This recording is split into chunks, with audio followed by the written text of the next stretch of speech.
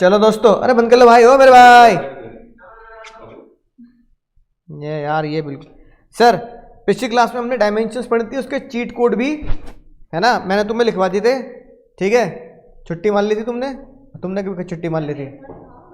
Paper रात को देने जाते पेपर 6 बजे, तो 6 बजे होता है पेपर शाम को। अगले दिन ही था ना सर, पता नहीं यार, मेरा वेडनेसडे को पेपर था, ट्यूसडे को कैसे आना बताओ। छुट्टी बाद, चलो इधर ध्यान दो, छुट्टी बाद इधर ध्यान दो। ठीक है, इस पे क्लोरो, पिछला पूरा साल छुट्टी मारी थी। पता नहीं किसका है रुमाल, क्लोरोफॉर्म लगा के सुंगा दूंगा तुम्हें, बेहोश हो जाओगे तुम, यहीं पड़े रहोगे। सुनो इधर सर, हमने जो डायमेंशन पढ़ी थी, हमने पढ़ी थी SLEPT स्लैप्ड, है ना। अब वो जो डायमेंशंस थी एनवायरनमेंट, हमने जाना कि भाई किस तरह के क्वेश्चन आएंगे, उसके प्रैक्टिकल क्वेश्चन मैं कराऊंगा। उनकी मतलब डायमेंशंस को पढ़ने की जरूरत क्या है, डायमेंशंस को पढ़ने की जरूरत कैसे, हम क्या बोलते हैं, इंपॉर्टेंस ऑफ बिजनेस एनवायरनमेंट, कि इनको पढ़ने की जरूरत क्या है, इंपॉर्टेंस ऑफ बिजनेस एनवायरनमेंट। तो ये बताओ भैया, चैप्टर 3 छोटा चैप्टर है, वही चैप्टर 3 ये पूछ रहा है कि भाई जरूरत क्या है इन्हें पढ़ने की, क्या जरूरत है भैया इन्हें पढ़ने की, बताओ। सबसे पहली जरूरत जो हमें बात समझ में आती है कि जो 3 महान लोग हुए दुनिया में, एक एप्पल आईफोन, उन्होंने बिजनेस एनवायरनमेंट को पढ़ा और मजा लिया, मजा ले भी रहे हैं। एक मारुति, उन्होंने बिजनेस एनवायरनमेंट को पढ़ा और मजा लिया, और मजा ले भी रहे हैं। जियो, हाँ रिलायंस जियो, है ना, पुराने वाला का ना लिख रखे एग्जाम्पल, पहले मजे ले रहे हैं, इसलिए घबराना मत। ठीक है, मारुति वाला तो बहुत बड़ा एग्जाम्पल, मारुति का तो लिख रखा है। तीनों ने क्या मजा लिया, तीनों मजा ले रहे हैं फर्स्ट मूवर एडवांटेज, यानी कि चेस की चाल की तरह जो पहले मूव खेल जाता है उसकी जीत, है ना, लगभग पक्की होती है। तो एप्पल ने फर्स्ट एनवायरनमेंट को कैसे पढ़ा, एप्पल ने एनवायरनमेंट को पढ़ा, लोगों को क्या चाहिए, तो उन्होंने टच फोन बनाया, मारुति ने स्मॉल कार, और जियो ने फ्री और सस्ता डेटा। तो अगर ये तीनों एग्जाम में लिखने होते हैं एग्जाम्पल भी, तो ये तीनों एग्जाम्पल एग्जाम में लिख के हम लिख सकते हैं कि these 3 companies are getting the first mover advantage till now. अब तक वो फर्स्ट मूवर एडवांटेज ले रहे हैं, जो पहला मूव चलेगा वही जीतेगा, है ना, बाकी सब तो उसके फॉलोअर होंगे ना, ओ भाई बाकी सब तो उसके फॉलोअर होंगे। ठीक है ना, राइट। क्रिकेट की बात करें तो ब्रेन लारा ने 400 रन बना दिए, है ना, तो अब जो बनाएगा वो उसका फॉलोअर होगा। तो फर्स्ट मूवर एडवांटेज यही है कि उनका नाम हमेशा याद रखा जाएगा। तो रीजन बीइंग क्या है, scan the opportunity and business environment at the early stage. दूसरा, है ना,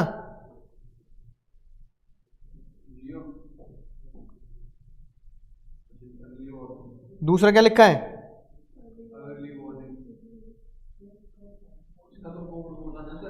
अर्ली वार्निंग सिग्नल, है ना। अर्ली वार्निंग सिग्नल ये होता है भैया कि पहले से ही आपको सिग्नल मिल जाता है, यानी कि थ्रेट, और उसको पकड़कर एनवायरनमेंट को पढ़कर आप उससे क्या ले सकते हैं, अपॉर्चुनिटी।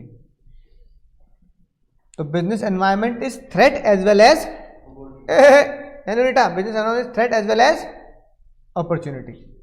ठीक है ना, तो पहले आप बिजनेस एनवायरनमेंट को समझेंगे, फिर आपको सिग्नल आपको पकड़ना आना चाहिए कि हाँ भाई ये मेरी खतरे की घंटी है, राइट। जैसे कि सबसे बेस्ट एग्जांपल है बजाज, हमारा बजाज, पहले बजाज वाले स्कूटर बनाते थे, स्कूटर ही बनाते रह जाते तो ज़्यादा ज़्यादा स्कूटी बना लेते, यही तो होता। लेकिन बजाज वालों ने देखा कि कुछ लोग स्कूटर से ज़्यादा बाइक पसंद करने लगे हैं, और बाइक में फिर उन्होंने क्या बनाई कि जहां मजा भी मिले बाइक का भी और स्पोर्ट्स बाइक का भी, दोनों। तो उन्होंने बनाया पल्सर। क्या बनाया बाबू, पल्सर बाइक। तो पल्सर बाइक ने इंडियन कस्टमर की दोनों ही डिमांड पूरी कर दी, सेटिस्फेक्शन। एक लुक कौन सा आ गया, स्पोर्ट्स बाइक का, है ना, और साथ साथ एवरेज भी उसका बढ़िया था कि भाई लोग बाग नॉर्मल दुनिया में भी, इकोनॉमिकल दुनिया में भी स्पोर्ट्स बाइक का इस्तेमाल कर सकते हैं, सस्ती भी मिलती थी। तो विदेशी बाइक केटीएम, पेटीएम, है ना, राइट, तो वो महंगी भी आती है, एवरेज भी कम होता है। तो बजाज ने अर्ली वार्निंग सिग्नल पकड़ा कि अगर हमें जिंदा रहना पड़ेगा तो हमें अपने 2 व्हीलर्स के सेगमेंट में क्या करना पड़ेगा बाबू, चेंज करना पड़ेगा। फिर उनके 2 व्हीलर के सेगमेंट में अगर चेंज करना पड़ेगा तो उन्हें क्या करना पड़ेगा, रिसोर्स को असेंबल करना पड़ेगा, नहीं करना पड़ेगा। तो ये इसी पॉइंट का एक्सटेंशन है कि भाई आप क्या करोगे, है ना, टैपिंग और असेंबलिंग करो जितने भी क्या है तुम्हारे रिसोर्सेज हैं, कि भैया इनपुट कहाँ से चाहिए, मशीनें कहाँ से चाहिए, रॉ मटेरियल जापान से मंगाना है, चाइना से मंगाना है, ठीक है ना, लेबर कैसी होनी चाहिए, राइट। सर्विस सेंटर खुलेंगे स्पोर्ट्स बाइक के, तो उसमें हम क्या क्या चीज़ें इनबिल्ड कर सकते हैं, राइट। डिज़ाइन कैसा होना चाहिए, एडवर्टाइजमेंट कैसा होना चाहिए, तो रिसोर्सेज को इकट्ठा करना पड़ता है, ठीक है। पुराने जमाने की चीज़ें अगर आउटडेटेड होंगी तो नई क्या करनी पड़ेंगी, आपको रिसोर्स को इकट्ठा करना पड़ेगा। फिर क्या होगा sir, helpful in coping rapid change, इसी को हम क्या बोलते हैं अलग नाम से, डायनामिक बनना। इसी को क्या बोलते हैं बाबू, खुद को क्या बनाना, खुद को क्या बनाना भाई, डायनामिक बनाना, ठीक है। कैसे बनाएंगे रैपिड चेंज, जैसे कि तुम्हें पता है जब दुनिया में इंटरनेट चालू हुआ तो पता है कौन था, जो रेस्ट इन पीस हो गया, लोगों ने मीम बनाए, लोगों ने मीम बनाए, rest in peace internet explorer तो बोलते थे उसे, तो लोगों ने मीम बना दिए। तो भाई बताओ internet explorer rest in peace क्यों हो गया भाई, है ना। क्रोम चल रहा है, ये किसका प्रोडक्ट था, अच्छा माइक्रोसॉफ्ट का था ये, है ना। अरे ये तो कुछ और अगर है, देवर देवा है ना, ये रहा इंटरनेट एक्सप्लोरर। तो ये बेचारा 2022 में क्या हो गया, अच्छा 15 में बेचारा निकल लिया, ठीक है। अब ये बताओ, हाँ कई की जगह 22 भी लिखा है, ये अब फायरफॉक्स ने खरीद लिया इसको। तो ये बताओ ये बेचारा चल क्यों नहीं पाया दुनिया में, हाँ ये अब गूगल की सबसे खास होता है क्या, गूगल जो अपना नॉर्मल गूगल है, ये वाला पेज बाबू, ये वाला, ये तब भी खुल जाएगा चाहे इंटरनेट ना आ रहा हो, गेम खेलने के लिए, है ना। वो तार वाला हो, चल तू चले खेल, चल इंटरनेट ना आ रहा गेम खेल तू, डायनासोर उसको दाते रहो, है कि नहीं बात। तो लोगों ने कहा चल भाई इंटरनेट नहीं आ रहा है, चलो इसी उछाल लो, यानी कि वो बिना इंटरनेट के भी गेम खेल सकता है, कोई आदमी बोर ही हो रहा होता है ना। इसका मतलब क्या है कि गूगल ने क्या किया, अपने आप को रैपिड चेंज के हिसाब से क्या किया, चेंज किया, है ना। तो क्या लिखोगे, Google continue in adding new features. अरे इतने सारे फीचर्स हैं, हमें खुद भी नहीं पता होता भाई, है ना। तुम सर्च करोगे यूट्यूब पे पढ़ोगे ना, तो भाई गूगल क्रोम के अंदर ही, मतलब गूगल क्रोम के अंदर ही यहाँ इसी में बहुत सारे फीचर्स निकल के आते हैं, बुकमार्क, टैब, एक्सटेंशन की बहुत सारे निकल के आते हैं, है ना। बहुत सारे फीचर्स निकल के आते हैं गूगल के अंदर ही, हाँ इनमें भी दुनिया भर की चीज़ें हैं, आर्ट कल्चर फॉर्म, पता नहीं यार क्या क्या नाट, मैंने तो कभी देखा ही नहीं भाई, मतलब यूज़ नहीं किया मैंने कभी, है ना। स्लाइड, ब्लॉगर, ट्रांसलेट तो यूज़ किया है सभी ने, है ना, राइट। गूगल ड्राइव भी यूज़ कर लेते हैं हम लोग, तो भाई ये बहुत सारी चीज़ें इसी में निकल के आ जाती हैं। तो गूगल अपने अपने फीचर क्या करता है, जल्दी जल्दी क्या करता है, अपडेट करता है एनवायरनमेंट के बदलने के हिसाब से, ठीक है। फिर एनवायरनमेंट को पढ़ने का अगला फायदा क्या होता है, प्लानिंग एंड पॉलिसी। सबसे इसका बेस्ट एग्जांपल है आईटीसी होटल्स। बाबू कौन से होटल्स, तो भैया जब इंडियन गवर्नमेंट ने ऐड करना शुरू किया कि कब तक नाचोगे बारात में, कभी तो नाचो गुजरात में, है कि नहीं बात। तो गुजरात का ऐड आया, फिर टूरिज्म इंडिया का ऐड हुआ, इनक्रेडिबल इंडिया का ऐड हुआ, इनक्रेडिबल इंडिया ट्रूली एशिया, है ना, है ना, राइट। कब तक नाचोगे बारात में, कभी तो नाचो गुजरात में। तो उन्होंने कहा यार ये भी आता था, मैंने अपनी लाइन नहीं बनाई है भाई, मैंने सुनी है ठीक है। तो हुआ ये कि जब उन्होंने देखा कि इंडियन गवर्नमेंट पैसा खर्च कर रही है किसके ऊपर, इंडियन गवर्नमेंट पैसा खर्च कर रही है इंडियन टूरिज्म के ऊपर, तो ऐसा तो है नहीं कि इंडियन टूरिज्म इंडिया के लोगों को ही दिखाया जाएगा। अबे इंडिया के लोगों को क्यों दिखा रहे हो, किसको दिखाना है, बाहर दिखाना है। तो उन्होंने देखा कि इसकी ब्रॉडकास्टिंग जो हो रही है, इसका डिस्प्ले जो हो रहा है वो कहाँ हो रहा है, इंडिया के बाहर, एशियन कंट्रीज में, यूरोपियन कंट्रीज में, हाँ। तो भैया इंडिया का आप ये कल्चर डिफाइन करो, ये करो। तो आईटीसी होटल से देखा भाई जो विदेश से लोग आएगा वो कहाँ रहेगा तो होटल में ही, है ना। तो आईटीसी होटल्स ने उनको 5 स्टार फैसिलिटी देने के लिए वहाँ पे होटल बनाने क्या कर दिए, शुरू कर दिए, जहाँ इंडियन गवर्नमेंट क्या करती थी, ऐड, जैसे केरला, बनारस, गुजरात, जहाँ मेन वो चीज़ें दिखाते थे, है कि नहीं बात। तो इसे बोलते हैं पॉलिसी फॉर्मेशन करना, यानी कि कंपटीशन के हिसाब से अपनी कंपनी को सिचुएशन के हिसाब से डील कराना, ठीक है। और आखिरी बात जो हम बैंक्स में देखते हैं, एनवायरनमेंट को पढ़ने के हिसाब से बैंक्स को पता लगा, खासकर एसबीआई को, क्या कि एसबीआई जो इंडिया का सबसे बड़ा बैंक था, उसके एसबीआई के खाते कम हो रहे हैं, और जो बहुत पुराना बैंक नहीं है एचडीएफसी, उसके खाते एसबीआई से क्या हो रहे हैं, ज्यादा हो रहे हैं। उनका टर्नओवर प्रॉफिट भी ज्यादा है और एसबीआई का टर्नओवर क्या है, कम है। यानी क्यों एचडीएफसी बन गया इंडिया लार्जेस्ट बैंक, एचडीएफसी क्यों है, बल्कि एसबीआई तो जन्म से, हमारे देश के जन्म से, है ना। तो उन्होंने देखा सर्विस कि भैया एचडीएफसी वाले इतने खतरनाक है, तुम्हारे घर पे आके खोल देंगे तुम्हारा खाता, क्योंकि तुम उनके लिए ग्राहक हो ना।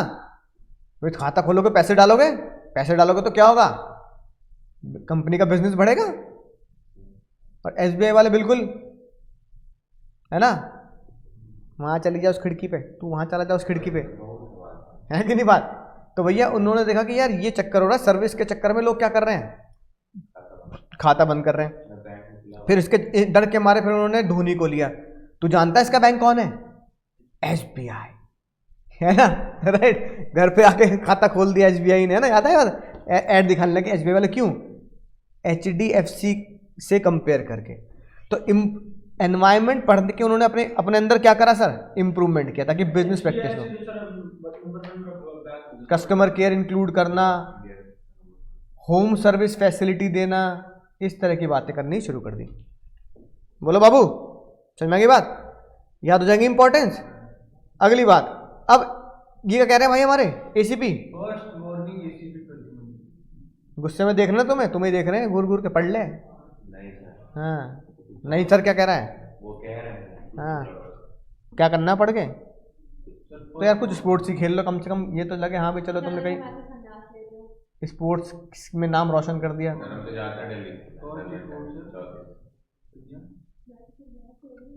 कहाँ से, दुनिया से। मेट्रो स्टेशन पे वो भगवत गीता नहीं भेजते। तो वो सन्यास थोड़ी हो गया, सन्यास नहीं हुआ वो, गीता गीता बेचना सन्यास थोड़ी होता है वो, तो चलो हाँ बैलेंस करो भैया, पढ़ाई भी करनी है। अब जैसे मैं मेडिटेशन करता हूँ, मैं मेडिटेशन ट्रेनर भी हूँ, सिखाता भी हूँ, है ना। तो कभी सर्च करना ये हार्टफुलनेस मेडिटेशन, तो हार्टफुलनेस मेडिटेशन का मैं ट्रेनर भी हूँ, मतलब मैंने कोर्स किया हुआ पूरा हार्टफुलनेस का, ठीक है। तो कोर्स करके मैं मेडिटेशन भी करता हूँ और ट्रेनर भी हूँ। तो मतलब मैं लोगों को सिखाता हूँ, फ्री ऑफ कॉस्ट होता है, मतलब हम चार्ज नहीं होता इसका कुछ भी, फ्री ऑफ कॉस्ट सिखाते हैं ना। तो तुम यूट्यूब पे सर्च करना, इसका मतलब नहीं मैं ध्यान करना शुरू कर दिया तो मैं बाबा बन गया और मैंने संन्यास लेने नहीं दी, नहीं ऐसा नहीं है। मेडिटेशन से बस यही, ये तो स्किन प्रॉब्लम की वजह से हो गया, मेडिटेशन से यही फायदा होता है कि आपका फोकस बढ़ता है, मेंटली आपका फोकस बढ़ता है और इनर सेटिस्फेक्शन इंक्रीज होता है। जैसे कई बार होता है ना, आप प्रोडक्टिविटी इंक्रीज होती है, इनर सेटिस्फेक्शन इंक्रीज होगा। कई बार होता है कि यार मुझे BMW से कम नहीं लेनी, और कई बार होता है चला फॉर्च्यूनर से काम चला लेंगे। तो मतलब ये है कि आप अपनी लाइफस्टाइल के हिसाब से, हाँ तो अपनी लाइफस्टाइल के हिसाब से आप उसको सेटिस्फेक्शन ले लेते हैं, लेकिन किसमें, जो यूटिलिटी वाली चीज़ें हैं, प्रोडक्टिविटी में नहीं। क्या करना है 100 नंबर ला के 90 में सेटिस्फाई हूँ, ऐसा नहीं सिखाता मेडिटेशन। मेडिटेशन कहता है 90 से 100 पे पहुँचना है, और यूटिलिटी में क्या करना है, खुद को सेटिस्फाइड रखना है कि यार मेरे दोस्त के पास तो ये वाली गाड़ी है, मेरे पास कम से कम ये, तो ऐसा नहीं है। Because car is a liability, commerce के बंदे हैं भाई, कार क्या है, लाइबिलिटी है। House is an asset, gold is an asset. तो investing money in phone, car, you better invest in gold और बिल्डिंग, लैंड और बिल्डिंग। तो मतलब सही सोच डेवलप करता है, ठीक है। तो सर्च कर लेना हार्टफुलनेस। तो मैंने संन्यास ले लिया, चिंता मत करो, मैंने शादी भी करी है, मेरे बच्चे भी हैं ना। सुनो इधर, तो घर जाके हार्टफुलनेस मेडिटेशन सर्च करेंगे और ये सोचेंगे एज अ स्टूडेंट मेरे लिए वो क्या फ़ायदा करता है। ठीक है अनुल भाई, ठीक है रम भाई, दीदी, है ना। तो फिर फ्री में है, या तो मैं ही सिखा दूंगा तुम्हें या तुम्हारे घर के आसपास बहुत सारे ट्रेनर मिल जाएंगे। तो हमारी जो ट्रेनर कम्युनिटी होती है मैं बता दूंगा कहाँ मिलेंगे, ऑल ओवर द वर्ल्ड है ना। हाँ वो तो एक वो तो जिम तो मैं भी करता हूँ, वो तो एक फिजिकल बॉडी का हो गया ना, मेंटली पीस और है ना, उससे कर लेंगे। चलो इधर ध्यान दो, इधर ध्यान दो। हाँ हाँ बॉडी वाले, मतलब मैं बॉडी बिल्डिंग नहीं करता, मैं तो ज़्यादातर वही करता हूँ, कार्डियो वगैरह। ठीक है ना। तो भैया चलो इधर ध्यान देंगे, ऑनलाइन वाले बच्चे भी ढूंढेंगे, हार्टफुलनेस यूट्यूब पे सर्च करेंगे और उसके बारे में जानेंगे कि आपको क्या सहायता कर सकता है। लेकिन भैया ये जो उंगली दिखा रहे हैं ये आपको क्या दे रहे हैं, वार्निंग दे रहे हैं। इसे क्या लिखेंगे, first important warning ACP Pradyuman की।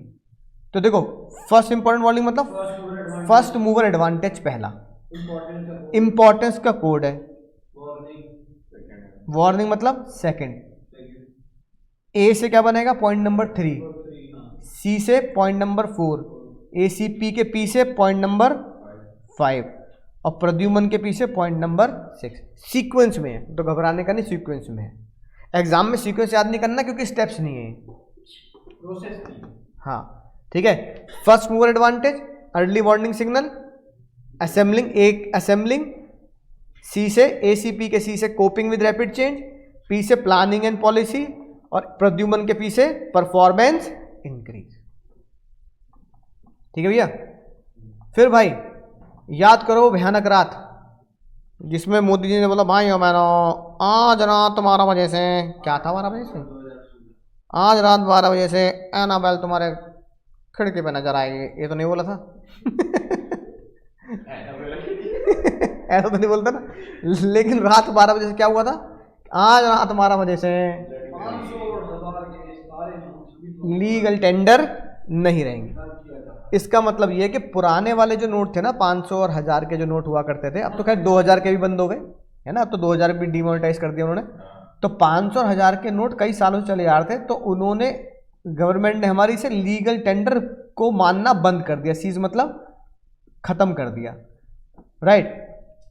इसका मतलब अब कोई भी इन करेंसी से सामान खरीदेगा तो वो इनवैलिड करेंसी इन सर्कुलेशन माना जाएगा। तो इसलिए जिसको दोगे वो लेगा नहीं, क्योंकि हो सकता है कि वो जिसको दे वो करेंसी वो मना कर दे भाई, और अल्टीमेटली वो करेंसी जानी का है, बैंक में जानी है, तो पता लगा बाद में बैंक की मना कर दे तो करेंसी नहीं रही। तो फिर मोदी जी ने बोला कि भैया एक काम करते हैं, इस कॉन्सेप्ट को बोलते हैं डिमोनेटाइजेशन। तो ऐसा नहीं, डिमोनेटाइजेशन 2016 में पहली बार हुआ था, ऐसा नहीं है, उससे पहले भी डिमोनेटाइजेशन इंडिया में है ना किए जा चुके हैं, कुछ छोटी मोटी करेंसी को लेकर, जैसे 2 के नोट बंद कर दिए, 25 पैसा बंद कर दिया, है ना, इस तरह। नहीं 1 रुपये का नोट आपने 100 का सिक्का देखा नहीं, अब आ गया, अभी नहीं आया, मैंने अपने घर पे देखा, कल ही आ गया, मार्केट में आ गया। इधर ध्यान दो, बतियाओ मत क्लास के बाद। सर 1970 का मैंने 100 का सिक्का देखा अपने घर प्ले अब, हाँ वैसे मेरे पास, मेरी दादी के पास भी थे, 1 रुपये का था, उनके पास 1800 का सिक्का था, 1 रुपये का, 1900 का सिक्का था, 1 रुपये का नोट तो मेरे पास बहुत सारे रखे हैं, है ना, बैंक से मिल जाते नहीं। अब सबसे पहला डिमोनेटाइजेशन किया क्यों गया, पहला एम था डिमोनेटाइजेशन का करप्शन को खत्म करना, कर्व करना, खत्म करना है। कैसे बाबू, कैसे हो सकता है, इसके लिए ब्लैक मनी को है ना खत्म करने की बात की जाती है। करप्शन मतलब ब्लैक मनी। ब्लैक मनी क्या आती है, ब्लैक मनी की बहुत ही आसान सी डेफिनेशन है, शिवाजी द बॉस पिक्चर में रजनीकांत ने हमें समझाई थी। उन्होंने उस पिक्चर में बोला था ब्लैक मनी वो होता है जिस इनकम पर आप सरकार को टैक्स नहीं देते, वो ब्लैक मनी है, बात खत्म। और सरकार को टैक्स कब नहीं दोगे, जब वो तुम्हारे बैंक के खाते में नहीं होगा, क्योंकि बैंक के खाते में होगा तो सरकार की नज़रों में होगा और सरकार तुम्हें नोटिस भेज देगी कि भैया तुम्हारे खाते में इतने पैसे पड़े बट टैक्स तो भर नहीं रहे। अब मान लो मेरे खाते में कहीं से 1 करोड़ रुपए आ जाए, तो बैंक के खाते में है ना, और मैं उन पर टैक्स नहीं भर रहा, तो मेरे पास इनकम टैक्स विभाग से नोटिस आ जाता है कि सर आपके खाते में 1 करोड़ रुपए ट्रेस किए गए हैं, लेकिन उसके कंपैरेटिवली टैक्स आपने भरा नहीं है या कम भरा है। तो आपको इसका जस्टिफिकेशन देना पड़ेगा कि या तो आप मान रहे हो कि टैक्स लगता नहीं आपकी इस कमाई पर, है ना भाई। मान लो मैंने ड्रीम 11 खेला, मेरी लॉटरी लग गई, उसमें ड्रीम 11 में गेम जीत गया, है ना, तो उस पर 30% टैक्स लगता है ड्रीम 11 की कमाई पर, और मैं 30% टैक्स ना दूं लेट से, तो सरकार मुझसे पूछेगी या तो आप मानते हो ड्रीम 11 की कमाई पर टैक्स नहीं है, या फिर अगर आप मानते हो टैक्स है तो आपने जमा क्यों नहीं किया, और जमा नहीं किया इसलिए हम उसे क्या घोषित करते हैं, ब्लैक मनी। तो ब्लैक मनी का मतलब जिस पे आपने टैक्स नहीं दिया, तो उसे वाइट करने के लिए क्या करना पड़ेगा, खाते में डालकर टैक्स देना पड़ेगा। तो ब्लैक मनी को खत्म करने के लिए डिमोनेटाइजेशन रखा गया, क्योंकि ब्लैक मनी किस फॉर्म में जमा होता है, फिजिकल फॉर्म में जमा होता है। तो जिनके घर पे 2-2 हजार के कई करोड़ रुपए थे वो क्या हो गए, वो ब्लैक मनी साबित हो गए। और या तो उन्हें बैंक में जाके टैक्स दे दो, अगर बैंक में नहीं गए तो जय गंगा मैया बहा दो, जमुना 5 है तो जमुना मैया बहा दो भाई। जब वो ये 1,000 वाले नोट थे ना सर, जब हाँ भाई थे तुमने, हमने नहीं पाया कितने मेरे घर में तो आज भी 500 रुपया पड़ा था। हाँ मेरे पास भी पड़ा है वो। नहीं क्या हुआ ना, सुनो, कोई था सुनो सही, हमने उसको पूरे के पूरा नोट का बैग पानी में फेंकते थे। हाँ हाँ वो तो पूरा बैग भरा हुआ। अब बेचारा क्या करेगा, पकड़ा जाएगा इनकम टैक्स में, कई बार होता जी, डर भी जाते हैं कि भाई पुलिस ना पकड़ ले, इतने नोट कहाँ से आए तेरे पास। तो देखो demonetisation is viewed as tax administration. तो क्या बन गया, ये टैक्स एडमिनिस्ट्रेशन बन गया, नहीं बन गया, कैसे बन गया, अगर आपके पास पुराने नोट हैं तो वो आपको डिपॉजिट करने पड़ेंगे और नए नोट मिलेंगे, और जो आपने पुराने नोट डिपॉजिट किए उस पर क्या देना पड़ेगा, टैक्स भरना पड़ेगा, और क्योंकि आपने चोरी करी है तो उसके ऊपर पेनल्टी भी देनी पड़ेगी। तो ऐसा नहीं कि बस टैक्स भर दूंगा, जैसे हमारे देश में टैक्स फाइनल, हमारे देश में टैक्स का हायर रेट है 30%। तो ऐसा नहीं कि मेरे पास अगर 1 करोड़ रुपए थे तो मैं सरकार को कह दूंगा ठीक है भैया 30 लाख रुपए ले लो और 70 लाख रुपए मुझे दे दो। तो ऐसे नहीं छोड़ रहे भाई इनकम टैक्स विभाग वाले। इनकम टैक्स विभाग वाले कह रहे हैं 30 लाख रुपए तो लेंगे ही लेंगे, साथ में उसके ऊपर क्या लेंगे, पेनल्टी भी लेंगे कि तुम्हारे मन में चोरी का भाव और तुमने चोरी करी क्यों। आज तुम अगर नोट बंद दोगे तो तुम बैंक में डालने को तैयार हो, तो पहले ना डाल देता बैंक में। तो पेनल्टी, टैक्स की चोरी के ऊपर एक मेजरमेंट लगाया गया कि टैक्स की चोरी गलत है। और दूसरा फिर एक मैसेज दिया गया इंडिया की जनता को कि टैक्स की चोरी एक तो गलत है, साथ में हम उसे टॉलरेट भी नहीं करेंगे। कभी आप सोचो चलो इस बार हो गया अगले साल से या बाद में डिमोनेटाइजेशन नहीं होगा, नहीं ऐसा नहीं है ना। हमारे संविधान में लिखा है कि डिमोनेटाइजेशन सरकार कर सकती है सिचुएशन के हिसाब से। अच्छा, जो घर में पैसा पड़ा था, जो मान लो चोरी का नहीं था, मतलब जो ब्लैक मनी था, जैसे हमारी मम्मी के पास, तो भैया फाइनेंस मिनिस्टर ने तब ये बोला हमारे देश के कि अगर तुम्हारे घर में 2.5 लाख रुपए कैश पड़ा है तो वो ब्लैक मनी नहीं है। क्या नहीं है, तो वो ब्लैक मनी नहीं है, क्योंकि फाइनेंस मिनिस्टर ने माना कि 2.5 लाख रुपए घर में पड़ा होना एक इमरजेंसी कोटे में हम रख सकते हैं कि भाई किसी को लगे कि भाई कुछ हो जाए तो हॉस्पिटल का बिल जमा ना करना पड़ जाए। पता लगा वहाँ एटीएम नहीं है, ऑनलाइन ट्रांजैक्शन 2016 में ना इतनी फ्रीक्वेंट नहीं होती थी, 2016 की बात है ये, है ना। तो भाई हमने इसलिए घर में कैश रखा है, बात समझ में आई ना। तो उन्होंने बोला 2.5 लाख रुपए मैं इमरजेंसी कोटा मान लेता हूँ। उस टाइम के फाइनेंस मिनिस्टर ने बोला 2.5 लाख रुपए क्या मान रहा हूँ, इमरजेंसी कोटा। तो 2.5 लाख रुपए मैं तुम्हें क्या नहीं करूँगा, चोरी टैक्स या पेनल्टी नहीं लगाऊंगा, आराम से बिना किसी डर के जमा करो। जब 2.5 लाख रुपए मम्मी लोगों ने जाके जमा करे अपनी सेविंग, जो मम्मी रखती है ना चीनी के डब्बे में, नमक के डब्बे में, खट्टे मीठे नोट जो होते हैं, है ना, राइट, बचा बचा के सेविंग, मम्मी की सेविंग, है ना। तो भैया वो जो होते हैं, तो वो अब बैंक में जाएंगे तो सेविंग चैनलाइज होगी नहीं होगी, कैसे, अब वो पैसा एफडी के तौर पे जाएगा या सेविंग के खाते में जाएगा, तो आपकी सेविंग एक बेटर जगह पर क्या हुई है, इन्वेस्ट हुई है, और खोने का डर भी नहीं है। अगली बात, जो आज पूरी दुनिया में इंडिया नंबर 1 है किसमें बाबू, कैशलेस इकोनॉमी में। सबसे ज़्यादा दुनिया में इंडिया में ही ट्रांजैक्शन होती हैं डिजिटल ट्रांजैक्शन, है कि नहीं बात। बड़े बड़े देशों में भी, ऑस्ट्रेलिया, अमेरिका, इंग्लैंड, ऐसी जगह पे भी इतनी पॉइंट ऑफ सेल मशीन्स नहीं है, जो हमारे यहाँ चाय वाला भी रख रहा है, ना बगल में चाय वाले अंकल। हाँ हाँ, तो भैया अगर भिखारी भी होता है तो वो अपना QR कोड लेके आ रहा है, भैया कुछ दे दो, भैया भैया अरे कैश नहीं है तो कोई बात नहीं, कटोरे को उल्टा किया, QR कोड स्कैन करके पे कर दो, है कि नहीं बात। तो डिजिटल टेक्नोलॉजी में बिका, ठीक है। तो भैया अगर क्वेश्चन आ जाए कि बताओ भाई क्या करना है, फीचर्स क्या है डिमोनेटाइजेशन के, तो आप लिखोगे फीचर्स तो ये हैं जो हम करते हैं TTS में क्लास लो। TTS में तो क्लास लेने आते तुम, TTS में तो क्लास लेने आते, टी से क्या बनेगा, पहला पॉइंट टैक्स एडमिनिस्ट्रेशन मेजर, दूसरा टैक्स इवेजन नहीं होनी चाहिए, एस से सेविंग आपकी चैनलाइज होगी, और क्लास लो से हाँ, कैशलेस इकोनॉमी। ठीक है ना लायको? सर एनईपी नहीं है हमारे? एक मिनट रुक जाओ, नहीं भाई, अब इधर ध्यान दो। इसका असर क्या हुआ हमारे देश में 2016 के बाद? 2017, 18, 19, इनका असर क्या हुआ? कैश ट्रांजैक्शन कम हुई, बैंक के डिपॉजिट बढ़ गए, फाइनेंशियल सेविंग बढ़ गई लोगों की। तो बैंक के हिसाब से देखा जाएगा ना। पब्लिक सेक्टर वेल्थ में, है ना, कोई ज़्यादा फर्क नहीं आया, लेकिन रियल एस्टेट के प्राइस गिर गए। तो पब्लिक सेक्टर वेल्थ, जैसे कि फॉर एग्जांपल रेलवे, भाई रेलवे में कोई दिक्कत आई है? पब्लिक सेक्टर वेल्थ में कोयले की खान एनटीपीसी, उनको कोई दिक्कत आई है? पब्लिक सेक्टर में कोई दिक्कत नहीं। सरकारी बसें, इनमें कोई दिक्कत थोड़ी आ रही है। लेकिन प्राइवेट वेल्थ में क्या दिक्कत आई? बिल्डिंग्स, लैंड और बिल्डिंग के प्राइस गिर गए। इसका रीजन ये कि लैंड और बिल्डिंग हमारे देश में कैश ट्रांजैक्शन ज़्यादा होती है ना। पैसे की टैक्स की बचत करने के लिए जब सी करोगे तो बताऊं। हाँ हाँ, तो बहुत सारे टैक्सेस होते हैं, उनको बचाने के लिए लोग कैश में क्या करते थे, ऑनलाइन। आज भी लोग कैश में प्रेफर करते हैं। तो इसलिए जब कैश ही नहीं है तो रियल एस्टेट के प्राइस गिर गए। डिजिटाइजेशन भयंकर तरीके से बढ़ गया। पेटीएम करो, पेटीएम छा गया। रियल एस्टेट के प्राइस गिरे और टैक्स कलेक्शन में भयंकर तरीके से उछाल देखने को मिला, क्योंकि जितने लोग पैसा डालेंगे तो उसके हिसाब से उनको टैक्स भी भरना पड़ेगा। समझ गए भैया? तो ये वो ज्ञान की बात है जब हमारे देश में डिमोनेटाइजेशन किया जा चुका है। 46 में भी हुआ है, 54 में भी हुआ है, 57 में भी हुआ है, 63 में भी डिमोनेटाइजेशन हुआ है, 78 में भी हुआ है, 2014 में भी हुआ था। ये वाले नोटों को नए नोट में बदला गया था। ठीक है ना। 16 में तो तुम्हें पता ही है। ठीक है भैया, समझा के बात? तो ये था हमारा क्या, चैप्टर नंबर 3। अब सर देखते हैं कल के और आज के मिला के तुमने जो गुल खिलाए हैं उनमें तुम कितने क्वेश्चन पहचान पाते हो।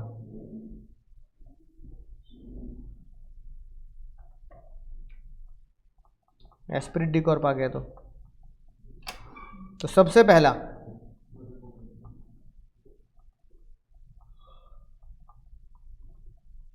ध्यान देंगे इधर,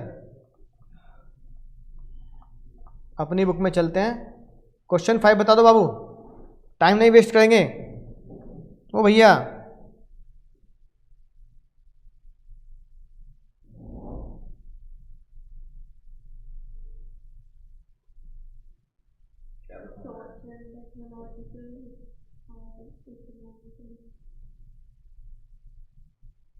कैसे पता लगा? लाइन भी तो कोड करनी है। सोसाइटी लिखा है, सोसाइटी इन जनरल यानी कि सोशल। और एक चीज तुम्हारी खोपड़ी में नहीं जा रही, कोर्ट। कोर्ट का मतलब लीगल। इनोवेशन, इसका मतलब technological. Income and demand, economical. और कोई बच रहा है?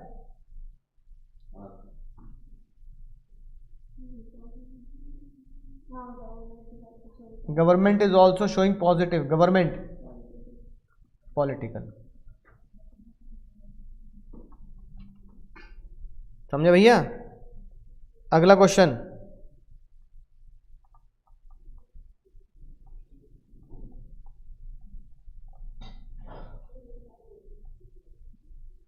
बताओ जल्दी, इधर ध्यान दो।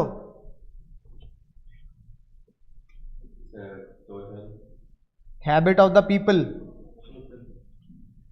सोशल।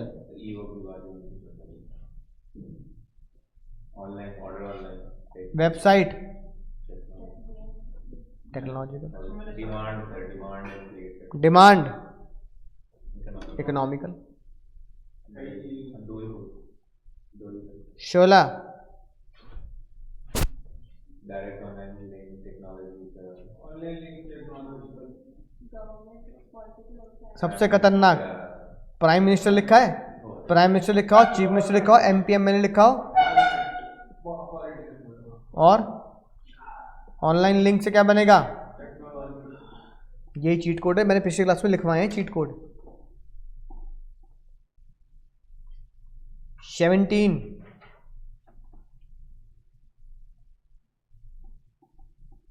ओ बेटे, ये तो बहुत जोरदार क्वेश्चन, खतरनाक। डायमेंशन बताओ, chapter number 3। Chapter number 2। Principle बताओ, चैप्टर नंबर 2। एक तीर से दुई शिकार, बताओ जल्दी अब। Sir good salary, fair remuneration. कहाँ लिखा है? तो फर्स्ट लाइन में देता हूँ, फिर good salary and first position. हाँ, the wages is paying capacity, ये वर्ड है, wages as per paying capacity, इसी को तो बोलते हैं फेयर रेम्युनरेशन। पैसा दो उनके एम्प्लॉय के हिसाब से और अपने हिसाब से, ताकि एम्प्लॉय क्या कर सके, रीजनेबल स्टैंडर्ड ऑफ लिविंग जी सके। तो फेयर रेम्युनरेशन से उसकी स्टैंडर्ड ऑफ लिविंग बढ़ती है और हम अपने हिसाब से पैसे देते हैं। ये हो गया प्रिंसिपल। डायमेंशन कौन सी भैया, कैसे पता लगेगा? वहाँ पर good work culture, good work culture वहीं पे। हाँ, increase the number of working women, ये क्या होता है? कल ही तो लिखवाया है ये, सोशल।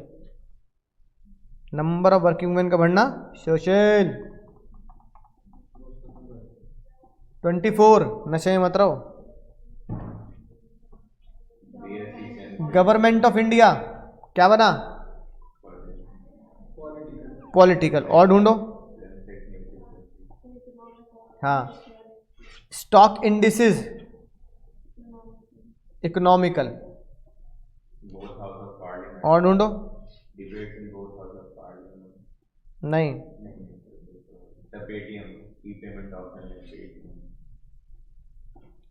क्या बन गया? टेक्नोलॉजी का। और भी कुछ है या नहीं, यही बस?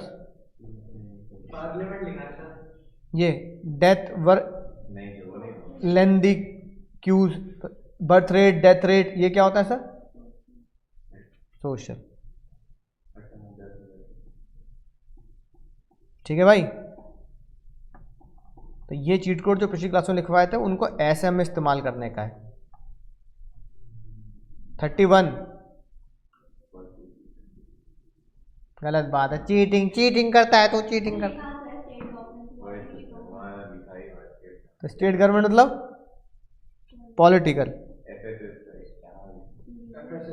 FSSAI लाइसेंस मतलब लीगल। चीटिंग करता है तो ठीक है। एक और क्वेश्चन देखते हैं, 36। ए के बच्चे को होता है, जैसे क्वेश्चन होता है ना, मैं तुम्हें कहता हूँ आउट ऑफ कोर्स। ए के बच्चे कह रहा है आउट ऑफ कोर्स क्वेश्चन है, ये क्या पूछ रहा है भाई? Why all the elements are closely interrelated. अरे तो ये तुमने पढ़ाई है फीचर्स में ही, social environments are interrelatedness. जिम के बढ़ने से किसी के बिजनेस में डाउनफॉल आता है, किसी के बिजनेस में राइज आता है ना? राइट, प्रोटीन शेक पी रहे हो घोल घोल के तो उनके बिजनेस में बढ़ रहे हैं, ऑयली चीज नहीं खा रहे तो उनका बिजनेस घट रहा है। हाँ, ऑप्टिमम न्यूट्रिशन, ऑप्टिमम न्यूट्रिशन बहुत महंगा आता है, अब खरीदना बंद कर दिया भाई। 10,000 से भी ऊपर का जाता है प्रोटीन एक डब्बा। 3 LBS 5 LBS वाला, मतलब 2.5 किलो।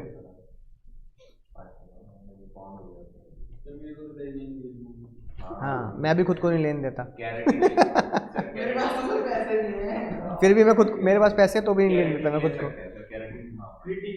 क्रिएटिन नहीं, अरे नहीं, वो खतरनाक चीजें नहीं लेते हैं, नॉर्मल चीज प्रोटीन लो बस। खतरनाक नहीं, बस वो बॉडी को यूज करने का तरीका आना चाहिए उन चीजों को। 5 ग्राम वो ऐसे बस बस बस बस बस बस भाई, ठीक है, इधर ध्यान दो। ओ क्रिएटिन, मेरे क्रिएटिन, इधर ध्यान दो। भाई ये तो कोई अलग ही फीलिंग है भाई, ऐसे तो लिया। बताओ जल्दी, क्यों बिजनेस एनवायरनमेंट इंटररिलेटेड होता है? और 2 डायमेंशन ढूंढ दो। सर कुछ वो उससे सारा सब कुछ देखो,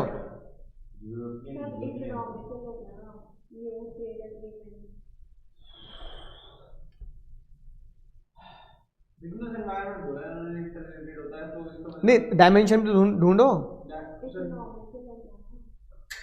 इसमें 4-5 डायमेंशन होंगे वो इंटर रिलेटेड। देखो, यूरोपियन यूनियन है तो इनका लीगल एग्रीमेंट्स होते हैं, तो यूरोपियन यूनियन या इनके जो इंटरनेशनल लेवल पे होते हैं ना, ये यूरोपियन यूनियन, ये एग्रीमेंट हमेशा क्या होते हैं? लीगल होते हैं। तो क्या रहेगा? पॉलिटिकल मत लिखना, क्या लिखना है? Legal environment. और दूसरा भी कोई है? हाँ, तो जैसे प्रॉफिट वगैरह आ रहा है तो इसे क्या लिख सकते हो? इकोनॉमिकल भी लिख सकते हो। और क्योंकि इंडियन गवर्नमेंट कहीं लिखा लिखा मिल रहा है कहीं?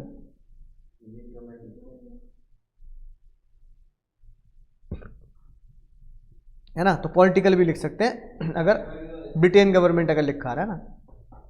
ये एग्रीमेंट जो होता है ना, ये तो लीगल में आता है, और पॉलिटिकल।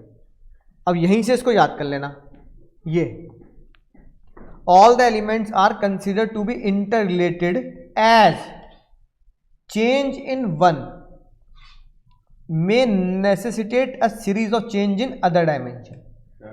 यानी कि भाई देखो, सोशल डायमेंशन में चेंज होगा तो इसकी वजह से इकोनॉमिकल में भी चेंज होगा। जैसे भाई सोशल डायमेंशन चेंज हुआ कि भाई वुमेन जॉब, तो इकोनॉमिक एनवायरनमेंट चेंज होगा, ठीक है। लीगल एनवायरनमेंट चेंज होगा, उनके लिए लॉज बनाने पड़ेंगे कि भाई 5 बजे, जैसे लॉज में लिखा है कि भाई 5 बजे के बाद या 6 बजे के बाद आप लड़कियों को ये नहीं कह सकते कि तुम्हें ओवर टाइम करना पड़ेगा, तो उनकी छुट्टी करनी ही पड़ेगी हर एक एमएनसी को, है ना, जब तक कि वो लड़की रिटन में लिख के ना दे कि I am doing job from evening shift, तो इसलिए साइन कराते हैं, तो आप रोक नहीं सकते। तो लीगल एनवायरनमेंट हो गया, ठीक है, सोशल लीगल, और इनके से पॉलिटिकल एनवायरनमेंट भी चेंज होगा। लोग बाग फिर क्या करेंगे, पॉलिटिकल पार्टीज, इसको भी एक चुनाव का मुद्दा बनाया जाएगा कि हाँ भाई वुमेन एम्पावरमेंट हम करेंगे, वुमेन्स के लिए लॉ बनाएंगे। तो एक के चेंज होने से बाकी डायमेंशंस में भी चेंज आता है, ये हमें एग्जाम में लिख के आना है। बोलो भैया, वो भी लिख सकते हैं ना, बीटेक में जो इंटरलेटेड है वो लिख के। मजा नहीं आया तुम्हें, ढंग से नहीं बोले तुम, मजा नहीं आया? सर बहुत मजा आया सर। बहुत मजा आया। हाँ जी। ये और आखिरी सबसे खतरनाक है ये, explain the threat and opportunity by quoting the lines. ये तो डायरेक्ट डेफिनेशन पूछ ली, इसको तुम चाहे बुक से याद कर लो चाहे डेफिनेशन को यहां से याद कर लो। Business means sum total of all individual institutions and other forces, है ना, ढंग से रख लेना। Individual institution forces that is out of the control of the business but may affect the performance. ये डेफिनेशन अपनी किताब में भी लिखे। 3 लोग होते हैं जो हमारे बिजनेस के बाहर होते हैं पर हमारी परफॉर्मेंस पे असर डालते हैं।